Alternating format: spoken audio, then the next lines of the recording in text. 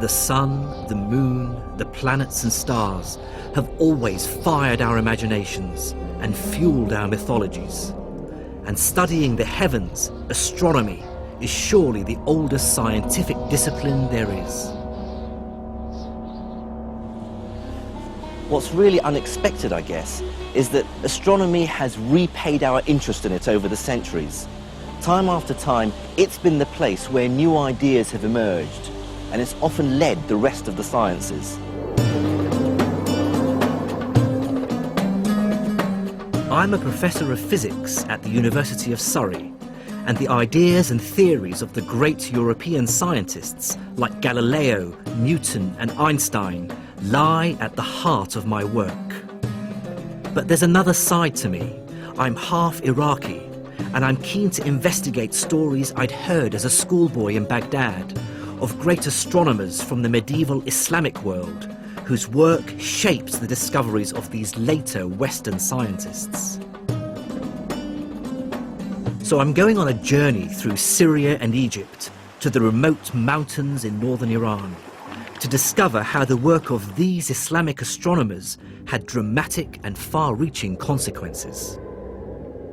There I'll discover how they were the first to attack seemingly unshakable Greek ideas about how the heavenly bodies move around the earth. It was Islam that paved the way for one of the greatest upheavals in the history of science.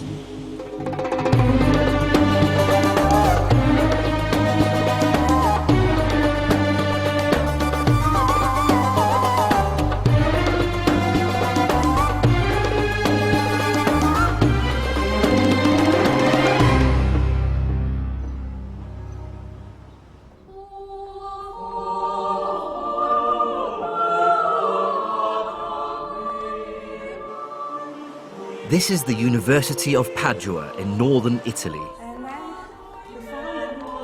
I'm here to see incontrovertible evidence that one of the greatest breakthroughs in European science links back to the earlier work by Islamic scholars. Because it was a news one that at that time... Astronomer Dr. Luisa Piggiotti and I are climbing up to the 18th century observatory. At the top, she promises to show me one of the most important books in scientific history. So, what do we have here? Okay, this is the second edition of the Revolutionibus. Copernicus. Yes. This is De Revolutionibus Orbium Celestium, which was published in 1543 by the Polish astronomer Nicholas Copernicus. I'll be careful. Is it the second edition? The significance of this book is enormous. In it, Copernicus argues for the first time since Greek antiquity that all the planets, including the Earth, go around the Sun. For thousands of years, everyone had believed a very different view, that the Earth is static and everything, including the stars, sun and planets, move around it. And here there are all his system. Okay. Oh, there we go. And Sol, the system. the sun in the It's middle. a famous drawing, Yes. this one. Oh yes, and there's Terra. With the Goes moon. there with the moon With going the moon, around it. okay, yes. This is an astonishing book, and many historians credit it with starting the European scientific revolution. There are the principle. The first crucial step in a journey that led to modern physics. Is another eruption of the Earth. Well, I agree, but it does seem a bit odd that one doesn't hear much about where Copernicus got his ideas and information. The impression is that they came out of nowhere. The beginning? And the beginning is all in Arabic. It certainly is a real revelation to me that he explicitly mentions a 9th century Muslim for providing him with a great deal of observational data, an astronomer who lived in Damascus called al-Battani. Like all the great scientists of the Islamic Empire, al-Battani lived in a culture without portraiture. All we have are later impressions of what he might have looked like. And here he mentioned Hipparchus, Calippo, Ptolemy, and so on, and he started to mention what he called Macometus Aratensis, and means Albatani. Okay. And then the second book here. And the second book is, we can look at the beginning in Latin. I see, we can open it. Copernicus, in fact, made extensive use of Albertani's observations of the positions of planets, the sun, the moon, and stars. He worked with Latin translations, similar to this one, of the Syrian astronomers' data. Kitab Zij Sabi. So this is Bertani's Zij, his book of star charts. So it has the Arabic. Yes, all the Arabic on one treatise, side, yes, and then the Latin version. That's convenient. But he had the data, the observational data by Albatani. And Copernicus's book is full of clues that hint at other past sources. And though Albertani is the only Islamic astronomer Copernicus actually names, recent detective work has uncovered clues that Copernicus based many of his ideas on the work of other Islamic scholars. The clearest example is Copernicus's use of a mathematical idea devised by the 13th century Islamic astronomer Al-Tusi, called the Tusi couple. Back in England, I compared a copy of Al-Tusi's Tadhkira fi Ilm al-Hay'a with another edition of Copernicus's Revolutionibus. In it, there's a diagram of the Tusi couple, and there's an almost identical diagram in Copernicus's book, even down to the letters that mark the points on the circles. So in Al-Tusi, there's the Arabic alif, which is A, there's the ba, which is B, the Jim over here is the G, and the Dal at the center, D. It's a remarkable similarity. Now, this might just be coincidence, but it's pretty compelling evidence. In fact, I truly believe that Copernicus must have been aware of Al-Tusi's work and other Islamic astronomers.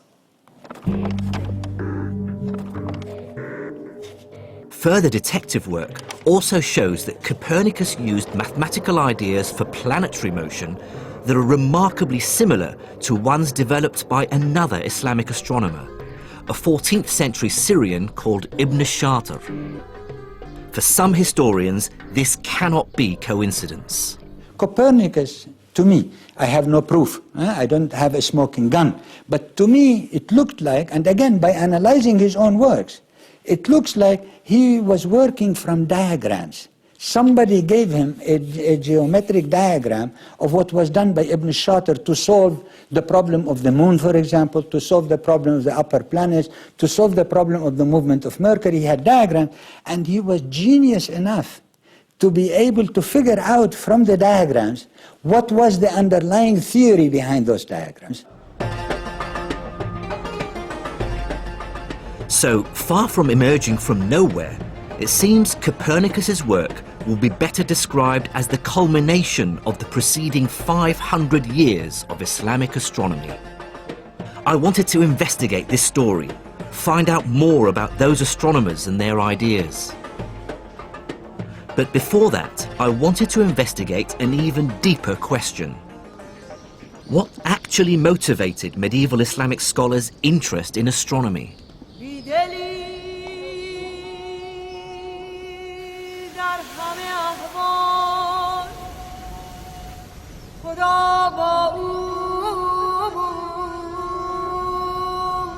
This is the Umayyad Mosque in the heart of the Syrian capital Damascus, and is one of the oldest in the world.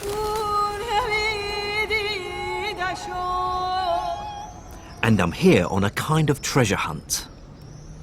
Well, it says in the books that there is a sundial on the top of the Arus minaret, the bride minaret over there. So we'll see whether it is there or not. So this is Dr. Reem Turkmani, an astrophysicist and medieval astronomy expert from Imperial College London. And we're looking for one of the most accurate sundials made in the medieval world.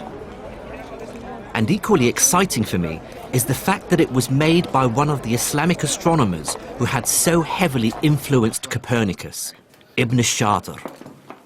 Let's see.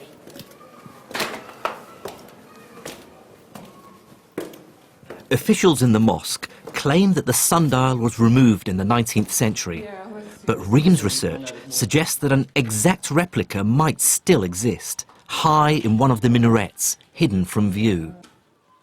It's not quite the lost Ark of the Covenant, but the idea of discovering a 150-year-old artifact is still quite something. Would you recognise anything if you had a look? I need to look at the other window, sir. No? No, it is further up. Yeah. Marking time accurately is essential to Islam. The Quran requires the faithful to pray 5 times a day at 5 very precise times.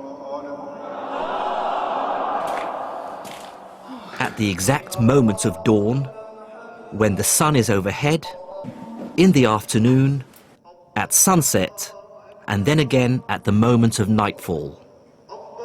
So for early Islam, an accurate sundial was an extremely important fixture in many mosques.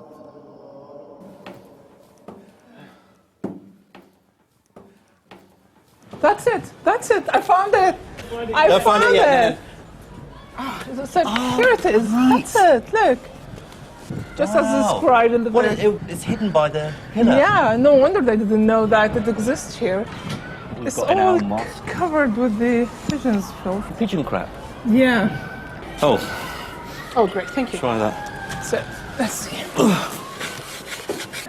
Okay. So, now, this consists of 3 sundials. The main big one, and there's the northern one and the southern one. There is a line here for Salat al-Dhuhr, the midday prayer, and there is one for the afternoon prayer. Ibn Shatir had calculated the arrangement of these lines so that the sundial remains accurate all through the year, even though the length of the days change. They will have Yes. the timekeeper. It's a very important job. So he would sit here watching the shadow. Yes, exactly. And exactly the precise moment for prayer, Yeah. he'd signal to the muezzin to start Yes. the call for prayer. Exactly. Okay.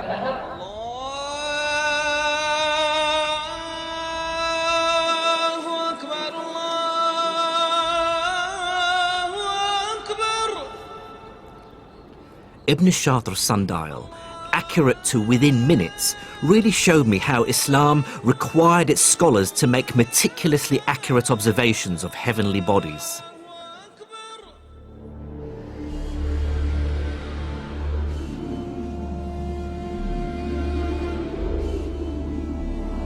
And I began to understand why Copernicus was so impressed by the work of his Islamic predecessors. They really brought standards of accuracy and precision to astronomy that were unheard of before. They'd calculated the size of the Earth to within 1% and created trigonometric tables accurate to 3 decimal places. And when I met up with Reem Turkmani again on Mount Qasyun outside Damascus, I was to hear about the Islamic astronomer who personified accurate observation.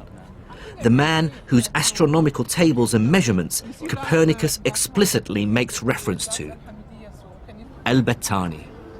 Born in 858 in southern Turkey, Al-Battani made accurate astronomical measurement a personal obsession. The story goes is that Al-Battani used to observe on this mountain here and in this observatory. Over 40 years, from 877, both here and in the town of Raqqa, Al-Battani's great project was to work out as accurately as possible the length of the year. This is a copy of the original manuscript. Okay. So I'll show you the chapter at which he explained the length of the year. Okay? The chapter 27. So he first started here by citing the ancient values of the Egyptians and the Babylonians, right? And he gives the length of year. Their estimate of the year was 365 days, 6 hours, and just over 10 minutes. To improve on this, Al-Battani used his ingenuity and a device like this, an armillary sphere. He used it to measure how the length of shadows varied over the course of a year. With this information, he was able to work out the precise day on which it's both light and dark for exactly the same time, the so-called equinox. And he repeated his measurements over the course of 40 years. Now here's the clever bit. He examined a Greek text that was written 700 years earlier and discovered the precise day on which its author had also measured the equinox. He now had two vital pieces of data: the number of days between the two observations and the number of years. He divided the first number by the second to arrive at an astonishing result. A year is 365 days, 5 hours, 46 minutes and 24 seconds. And he gets the new number, which was only 2 minutes of the modern observations. 2 minutes. 2 minutes of only. The length of a year to an accuracy of Which just 2 minutes. Exactly, the one he calculated.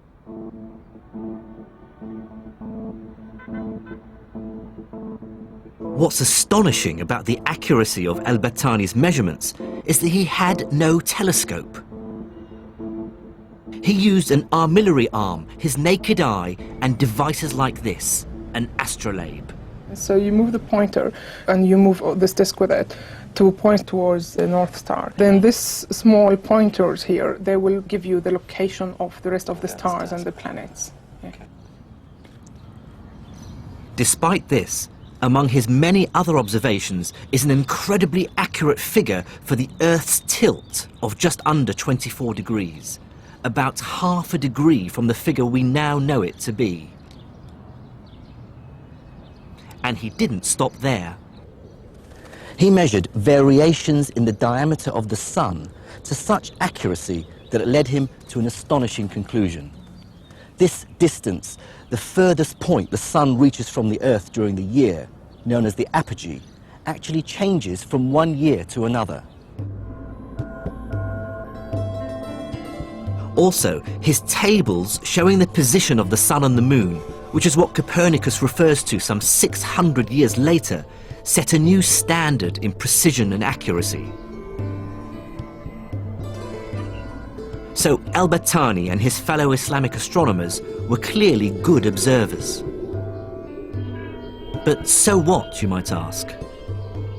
Well, the answer is that their observations began to suggest to them that the prevailing Greek theory that described how everything in the heavens revolved around the Earth had some serious flaws. This Greek tradition, which had been unquestioned for over 700 years, was based primarily on the work of one of the greatest astronomers of the ancient world. Claudius Ptolemaeus, or Ptolemy, was a Greek astronomer based in Alexandria in the 2nd century AD. He wrote one of the greatest texts in astronomy, the Almagest, which was basically a distillation of all Greek knowledge on the celestial world. Ptolemy believed that the sun, the moon, the planets and the stars all sat on crystal spheres that rotated around the Earth.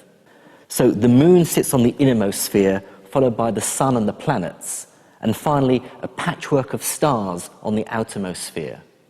So we human beings sit at the very center of the universe, with the rest of the universe rotating around us. But as Ptolemy himself realized, there's a problem with trying to describe the heavens as a place of mathematically idealized perfect spheres. And that is that the planets don't really play ball. As they move across the night sky, they change speed, appear to get bigger and smaller, and even go back on themselves. Ptolemy tried to explain this away by arguing that the planets sat on small spheres called epicycles, which rotated around a bigger sphere called a deferent. This explained why they might look as though they were changing size, and why they sometimes even change direction. Unfortunately, that still didn't fit all the facts. It didn't easily explain why the planets appear to speed up and slow down. So rather desperately, Ptolemy fudged his model further by moving the Earth away from the centre of the deferent and having the deferent rotate around an arbitrary point in space, the equant. But now, the works of astronomers like al-Battani started to strain Ptolemy's ideas to breaking point. Their careful observations began to suggest that even with Ptolemy's unwieldy equants and deferents, the actual behaviour of the heavens didn't fit the data. So what do you do if you were an astronomer living in Baghdad and you have all those results on your table? The very first requirement is to say, this Greek tradition is not as trustworthy as it is advertised to be. And now, of course, they begin to say, if the fundamental values of the astronomical tradition of the Greeks, which we could double check and we found them to be in error, what else is in error? They began to question now the more basic foundational astronomical, cosmological foundations of the Greek tradition. And question they did.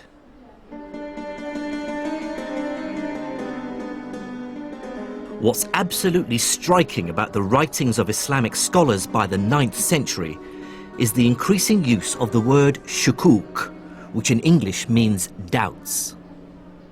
They showed that it's sometimes necessary to doubt an idea that everyone around you believes unquestioningly.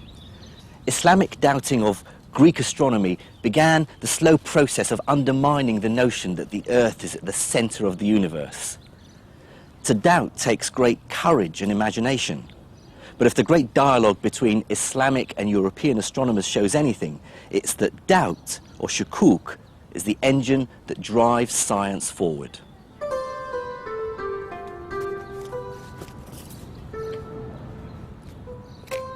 One of the first great shukuk scientists was called Ibn al-Haytham.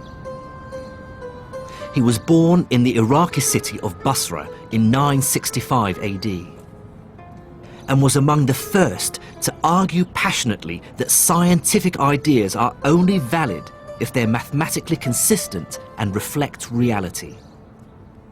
And when he applied his fierce, rigorous intelligence to Greek astronomy, he immediately spotted that there was a fundamental contradiction at its heart. On the one hand, Greek cosmology argued that everything in the heavens revolves around the Earth. On the other hand, Ptolemy, in his Almagest, argued that if you want to mathematically predict how the sun and planets move, you have to pretend that they go around an arbitrary point in space, the so-called equant. This is clearly a contradiction. The heavens can't both go around the Earth and not go around it at the same time. Ibn al-Haytham hated this nonsensical contradiction. In the early 11th century, he wrote a paper, Al-Shukuk ala Ptolemaios, or Doubts on Ptolemy. In it, he writes with barely contained frustration, Ptolemy assumes an arrangement that cannot exist. Ibn al-Haytham says that is a total absurdity. We cannot accept that, and furthermore, he says, it's not a slip of a tongue. Ptolemy knew that it was an absurdity, and he shows us where Ptolemy himself was embarrassed by having to introduce it. So he says there is a fundamental reasoning problem, meaning that the Greeks knew, that Ptolemy knew that he was making a mistake, but he knew he couldn't do any better, and hence now the challenge is to do one notch better, and hence to be able to fix this. That, in my explanation, begins to be the program of research for all astronomers to come. In order to achieve that project, you had to be convinced that it was possible to make high precision mathematical models of the way in which planets and stars move that would really capture how they are in the heavens.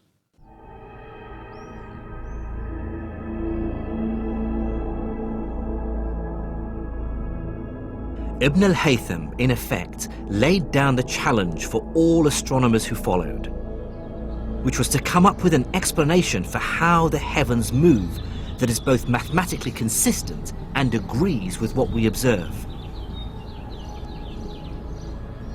The final answer to this would come from faraway Europe with Copernicus and others. But the next and crucial breakthrough came somewhat closer.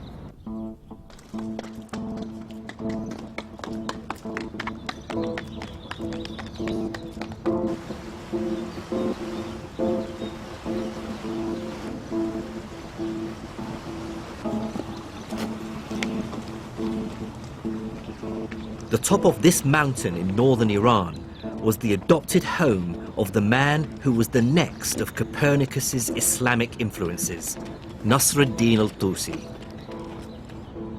He would succeed in rewriting Ptolemy's theory, which would ultimately lead to the overthrow of the geocentric view of the universe, and so the birth of the modern scientific age.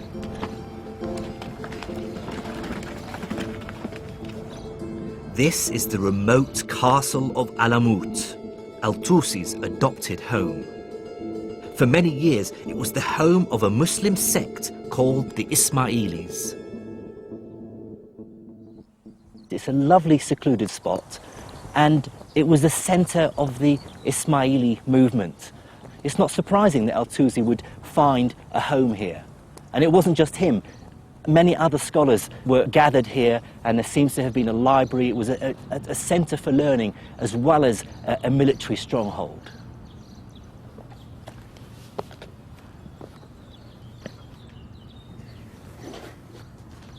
Here, this is the main gate, northern gate of the upper castle of Hassan Sabba. A new archaeological dig is now revealing under the castle, hewn into the living rock, a warren of rooms and studies, a mosque and living quarters for this extraordinary community of soldiers and scientists. This is the court of mosque or center of headquarter of castle. And it was within these cramped conditions that al-Tusi started his masterwork of the shukuk, or the doubts, the tadhkirah. In it, he finds an answer to Ibn al-Haytham's first challenge: how to eliminate Ptolemy's equant. Instead of a sphere rotating around an arbitrary point in space, al-Tusi devised a series of two nested circles, which rotate around each other in such a way that they eliminate the equant. The nested circles became known as a Tusi couple. This is the mathematical system that finds its way into Copernicus's work some 300 years later.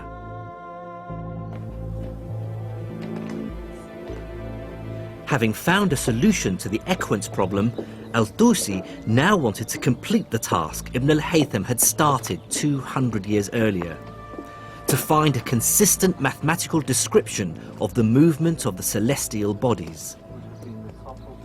But to do that, he needed better data, which meant bigger and better equipment than he was ever going to find here at Alamut. And then something happened which changed al-Tusi's life forever: the Mongols.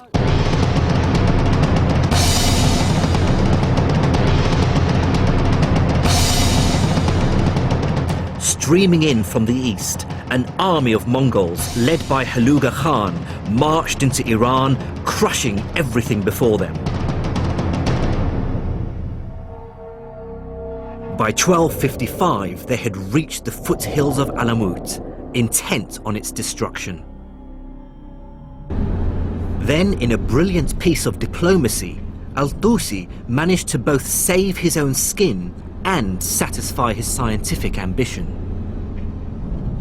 He visited the Mongol leader and played on his deep astrological superstition. Convincing him he could tell the future if only he had new equipment, al-Tusi persuaded the Khan to make him his head scientist and to build him just a few hundred miles away, perched on a hilltop where the air was clear, the largest observatory the world had ever seen.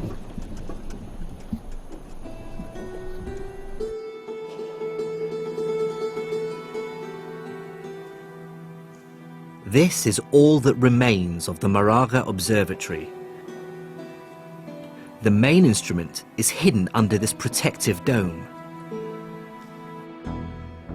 Al-Tusi's new astronomical center was based around a single large building. Inside was an enormous metal arc, an armillary arm, 10 meters across. On its circumference were marked angles in degrees and minutes. The scientists would line up the celestial object under study with a central point on the arc, and then make a reading from the markings on the arc, giving them the definitive, accurate position of the object in the sky. The building was also surrounded by smaller astronomical equipment, libraries, offices, and accommodation. The observatory even had its own dedicated mosque.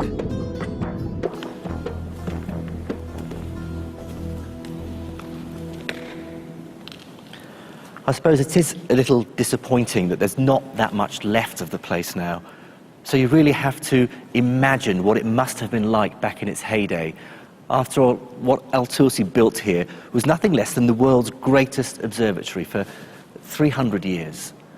And like any modern-day international research institute, he brought together the world's greatest astronomers from as far away as Morocco and even China. I mean, it must have been a really great, buzzing atmosphere to work here.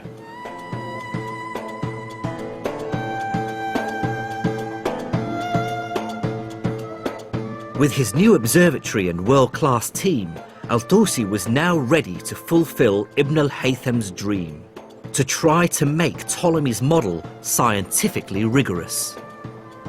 First, they attacked the mathematics. As well as the Tusi couple, they invented other systems of planetary movement.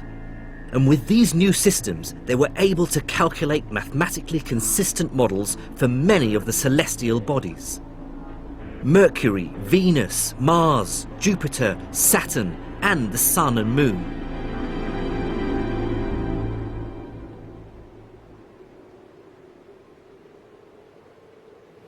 Al-Tusi and the astronomers he brought together created what became known as the Maraga Revolution, which was a complete paradigm shift in astronomy, overthrowing the old Ptolemaic view.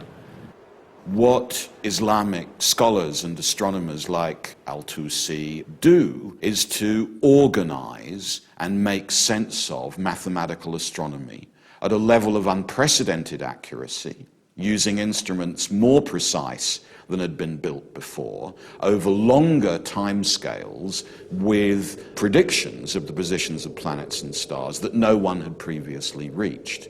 That at Maraga or at Alamut, we see, I think, genuine revolutions in the level, scale, and intensity of mathematical astronomy.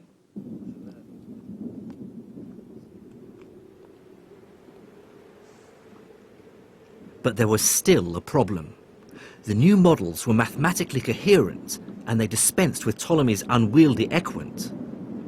But they still firmly placed the Earth at the center of the universe, and that inevitably meant that their descriptions of the heavens were intricate and complicated, with epicycles, deferents, and couples. It was like some great cosmic gearbox.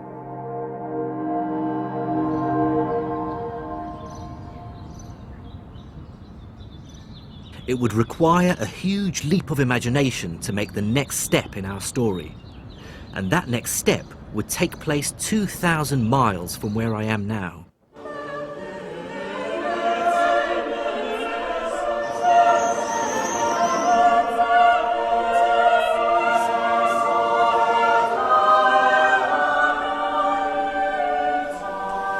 In my view, the last phase of the Maraga Revolution took place not in Iran or anywhere in the Islamic Empire, but here in northern Italy.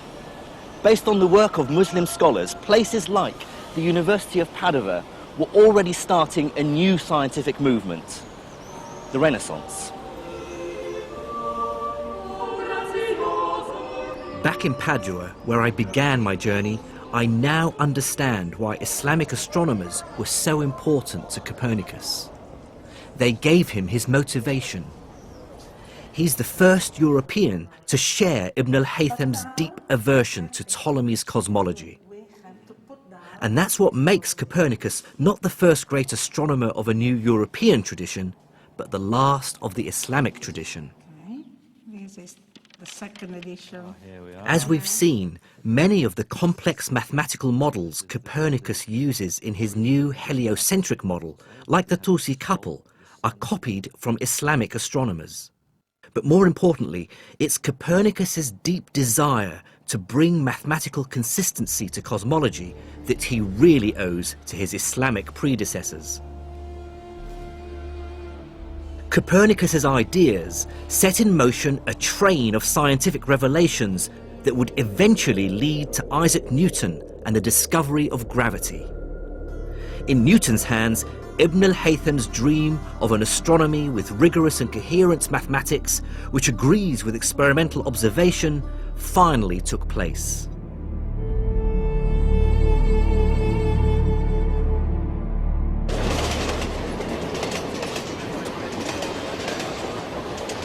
But this begs two crucial questions. Why was the great astronomical project which Islamic astronomers began completed in Europe and not in the Middle East? And how did knowledge of Islamic science get to Europe in the first place?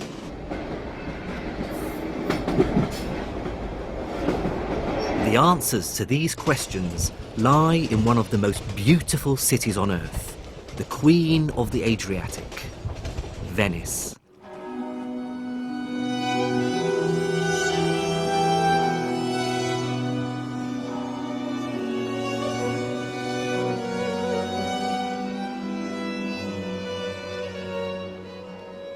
Venice was founded on a swamp off the coast of Italy and felt itself separate from Europe and not bound by its laws and traditions. And as Shakespeare famously pointed out, the two most important aspects of Venice were its merchants and its long-standing links with the Arabs or Moors. It was a rich and complicated relationship, sometimes based on piracy and theft.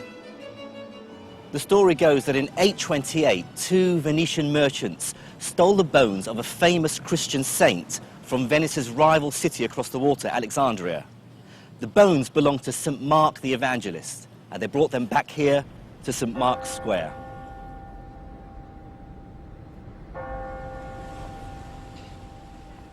But without doubt, trade with the East brought to Venice great wealth and an exchange of ideas, customs and people, as Venice expert Vera Costantini showed me.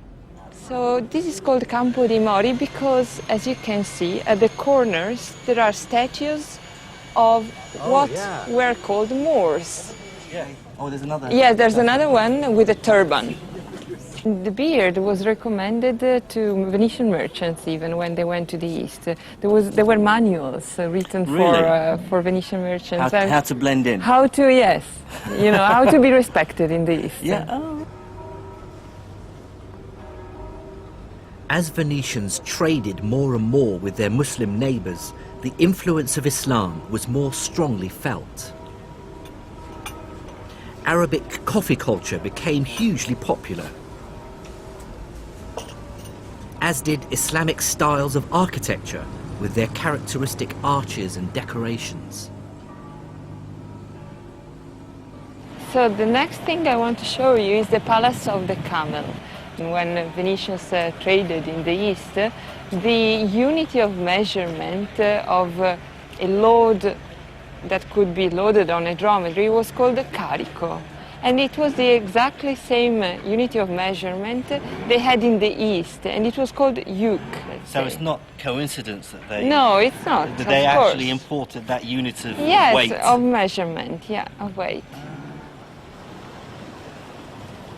And with the Arabic trade came the Arabic books. The great 9th century Arabic text on algebra appeared in Latin in the 12th century. The same century saw the arrival of Arabic astronomical tables. And in the 15th century, the famous Canon of Medicine was first published in the West.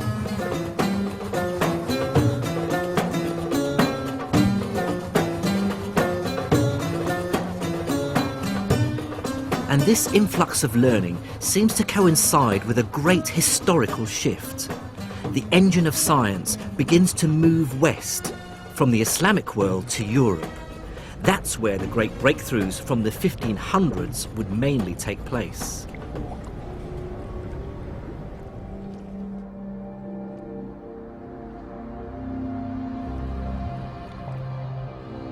I encountered an astonishing and very tangible symbol of this shift and a really surprising clue as to why it happened, thanks to Professor Angela Nuovo from the University of Udine. 20 years ago, in this library on one of the islands of Venice, Angela discovered the only surviving version of a 500-year-old book. And what did it feel like? I mean, this is a big Yes. discovery. Yes, it was a great emotion. I remember it was July, very hot, like today, even hotter, and I felt cold at that moment, yes. And yes, it was a great emotion. What she found was the very first printed copy of Islam's holy book, the Quran.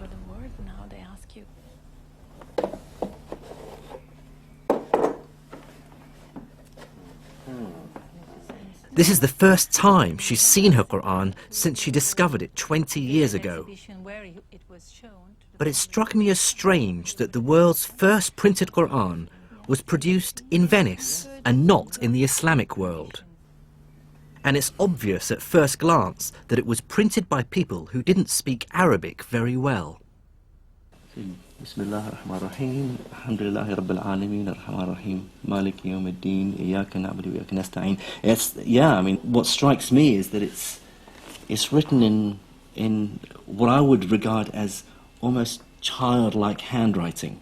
It's clumsy. Yeah. Well, it's the first attempt to reproduce the handwriting in movable types.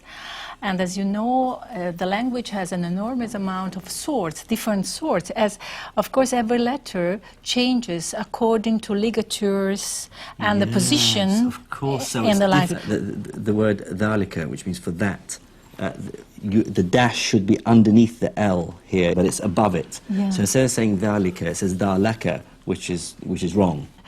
Probably there were not people really of mother language in the press. So there were some errors of the mistakes in the text, which are, of course, sins. Yes, of course. I mean, as the Quran, for every Muslim believes it's the word of God. You the can't word of change God. it. So when you change it, it's a sin. Yes. How was it first received, do you think, when it was published? Well, yes, the idea is that the hypothesis is, and I think it's true, that it was an enormous failure from really the business point of view, as the Muslim didn't accept the printing press for centuries, and probably the whole copies of this book were destroyed. So we don't have any other copy.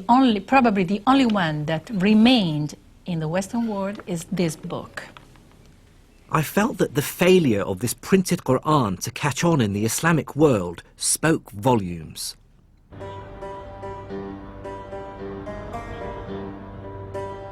"800 years earlier, one reason for Islamic science's success had been the precision of the Arabic language. With over 70 different ways of writing its letters and many extra symbols to define pronunciation and meaning, it allowed scholars of many different lands to communicate in a single common language. Now, with the arrival of the printing press, scientific ideas should have been able to travel even more freely. In the West, books printed in Latin accelerated its scientific renaissance. But because of its symbols and extra letters, Arabic was much harder to set into type than Latin, and so a similar acceleration in the Islamic world failed to materialize. I believe this rejection of the new technology, the printing press, marks the moment in history when Arabic science undergoes a seismic shift. Europe has embraced Greek and Arabic knowledge and the new technology, and Galileo and his ilk are poised at the cusp of the Renaissance. It has been a turning point both in the history of the Venetian printing press, who used to be extremely powerful. I mean, it's the limit of expansion, let's say, and in the history of the relationship, the cultural and general relationship between the East and the West, as acceptation of printing would have meant the acceptation of the first important technology. So, you know, the two histories started to differ very much, as you know. This initial rejection of printing was one of the many reasons that caused science in the Islamic world to fall behind the West. It coincided with a host of global changes, all of which affected the way science developed.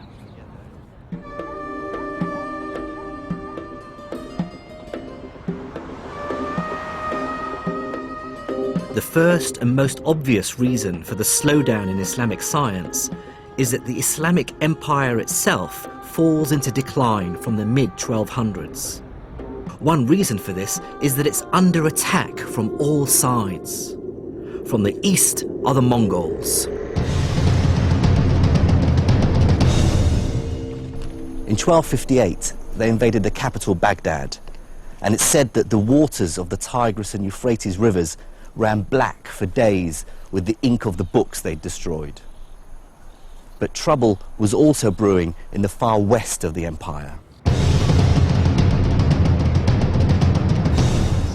Islamic Spain, already fragmented into separate city-states, now faced a new threat, a united and determined onslaught from the Christian north.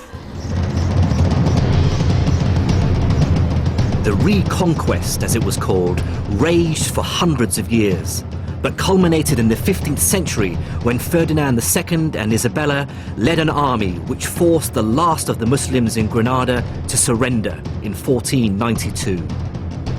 The Christians were intent on removing every last vestige of Islamic civilization and culture from Spain. In 1499, they ordered the burning in this square in Granada of all Arabic texts from Granada's libraries, except for a small number of medical texts. Within about 100 years, every Muslim in Spain had either been put to the sword, burnt at the stake, or banished. And Christians from the east of Europe were intent on reclaiming the Holy Land. The Crusades. Bent on carving out a holy Christian Levant and claiming the holy city of Jerusalem, the Crusaders launched a massive attack on northern Syria. They quickly captured this castle and turned it into one of their strongholds. Then, with ruthless and missionary zeal, they marched on Jerusalem. And as the empire fought with its neighbours, it collapsed into warring fiefdoms. The Mamluks, slaves who originally belonged to the state of Egypt, became its leaders. The Bourbon Almohads ruled Morocco and Spain in the 13th century, and the north of Syria and Iraq splintered into a series of city-states. But for many historians of science, the biggest single reason for the decline in Islamic science was a rather famous event that took place in 1492. That year, the entire political geography of the world changed dramatically when a certain Christopher Columbus arrived in the Americas. I explain it with the phenomena of the discovery of the New World in 1492. The immediate result is that you got immense amount of gold and silver coming to the royal houses of Europe at the time, and all the adventurous empires and royal houses of the time who were setting colonies all over the world. And science always follows the money. As the 16th and 17th centuries came and went, that money, power, and hence scientific will moved through Spain and Italy and on to Britain. By the 17th century, England, sitting at the centre of the lucrative Atlantic trade route, could afford big science. And that ultimately explains why the greatest book in world science, Sir Isaac Newton's Principia Mathematica, the book that ultimately explains the motion of the sun, the moon and the planets, was not published in Baghdad, but in London. It was necessary for him to have data of astonishing accuracy gathered from across the world. Global inventories of numbers, observations, positions. The heights of tides, the positions of comets and planets, the rate at which pendulums beat. It's a global project. It's big science. And many of those observations, many of those mathematical models were, of course, models initially developed by Islamic astronomers in Egypt and the Near East and Central Asia. But there's a final twist in the tale. As the wealth of the Islamic nations subsided through war, political and religious entrenchment, and the loss of its lucrative trade, so its science declined. But what this doesn't explain is why their scientific achievements have been so forgotten. And that's partly because, as Europeans colonized great swathes of the Middle East and Asia, they actively encouraged the idea that the civilizations they encountered were moribund and in decline. It seems the English and the French were uncomfortable with subjugating people whose knowledge and science may have been as sophisticated as their own. So it became important to portray the Islamic world in a very specific way. Namely that, yes, they once were very sophisticated and they had great scientists and philosophers, but of course now they've fallen into decay. Somehow, this point of view made the whole colonial enterprise seem much more palatable. One of the most fascinating developments, I think, in the history of the encounter between Western Europeans and other cultures is a kind of shift which has got fundamental and terrible consequences amongst Western Europeans when they start to reflect on why they are superior. It doesn't often cross Western Europeans' minds that they might not be superior to everybody else. For a very long time, after all, Western Europeans in general, the British for example, supposed that their superiority lay in their religion. But then I think around the 1700s, we begin to see a shift.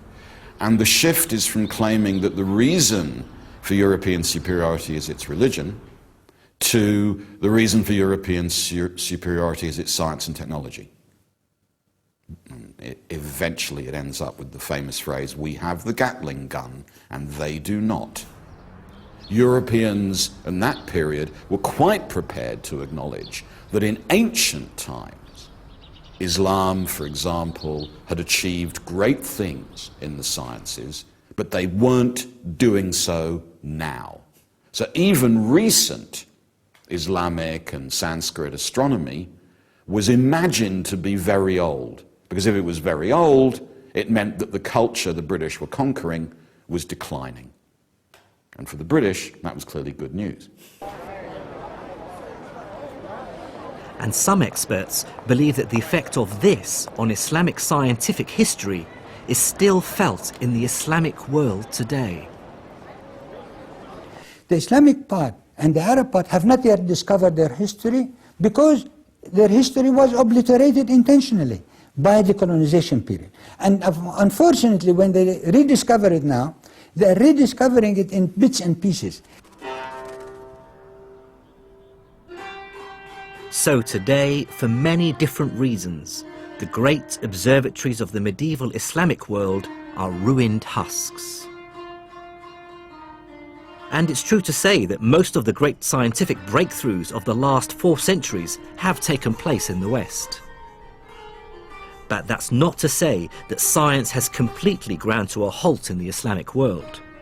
Now, in the 21st century, there are many examples of cutting-edge research being carried out. Well, I've arrived at the Royan Institute here in Tehran, where they carry out stem cell research, infertility treatment, and cloning research. I was surprised to learn that here in Iran, an Islamic state, potentially controversial science like genetic modification and cloning is condoned, even funded by a theocratic government. One of the uses is when a small part of the heart stops working, which is finally going to lead to heart failure. Right. So the cells from that part of the heart are actually replaced with the cells that have been cloned. Another use of cloning in therapeutics is actually creating an animal which has the medicine in their milk, for example. So when we drink the milk, we actually receive the medicine we need. Considering genetic research has many vociferous opponents in Christian communities, I was intrigued to see that here in Tehran they have their own in-house imam to offer support and advice on this sometimes quite controversial research. ما در کمیته اخلاق پزشکی We have got this medical ethic committee here in Royan Institute, and every project which is proposed is investigated in this committee, and we see different aspects of it, and they have got to justify the project for us. I'm not enough of an expert in genetics to truly assess the quality of the work here, but one thing I can say is how at home I felt. Whatever cultural and political differences we have with the Iranian state, inside the walls of the lab, it was remarkably easy to find common ground with fellow scientists. Nature's rules are refreshingly free of human prejudice. That's something the scientists of the medieval Islamic world understood and articulated so well. In the 9th century, Al-Khwarizmi synthesized Greek and Indian ideas to create a new kind of mathematics, algebra. The polymath Ibn Sina brought together the world's traditions of healthcare into one book, contributing to the creation of the subject of medicine. In remote Iranian mountains, astronomers like El-Tusi paved the way for scientists working hundreds of years later in Western Europe. These scientists' quest for truth, wherever it came from, was summed up by the 9th century philosopher Al-Kindi, who said, "It is fitting for us not to be ashamed of acknowledging truth and to assimilate it from whatever source it comes to us. There is nothing of higher value than truth itself. It never cheapens or abases he who seeks."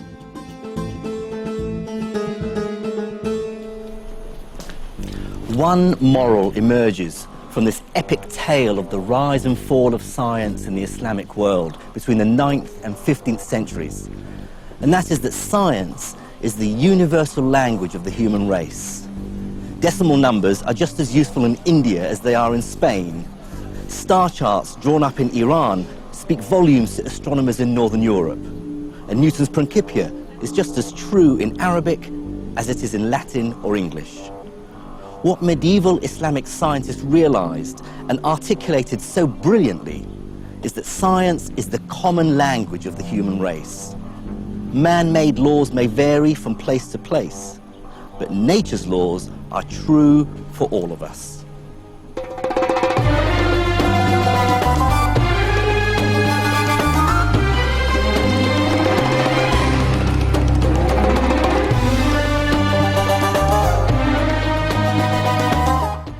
The science writer Ehsan Massoud weaves the story of science and Islam in this new book to accompany the series. Next tonight, Jerry Robinson meets another moneymaker.